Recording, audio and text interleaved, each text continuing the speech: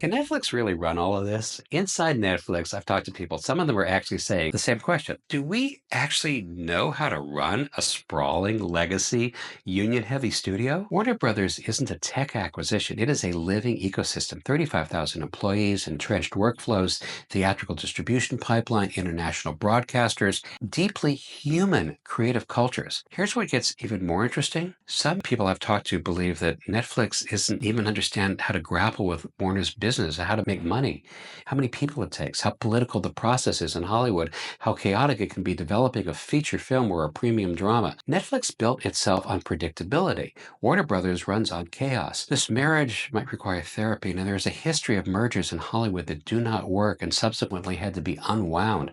AOL and Time Warner, AT&T and Time Warner, Vivendi and Universal, News Corp and MySpace, Disney and Maker Studios, Comcast and DreamWorks Animation. Each one had differences from this one, but the point is that not all mega mergers stay merged. But if this happens, and something will happen, there will be a marketing bottleneck. Too much of a good thing, maybe. Netflix already has like more titles than any marketing department meaningfully support, right? And Warner Brothers, that mix of HBO and Warner Films and WB-TV, and it hits that tidal wave of content. Not everything can be promoted. Not everything will be discovered. Some films will simply get out of oxygen. This is where cultural cost comes in, where it gets real. When one company controls the spotlight, countless other stories remain in the dark. It becomes a buyer's market, at least for now, right? For a decade, Netflix paid top dollar to outside studios to build its library. If it owns Warner Brothers, well, that era is over.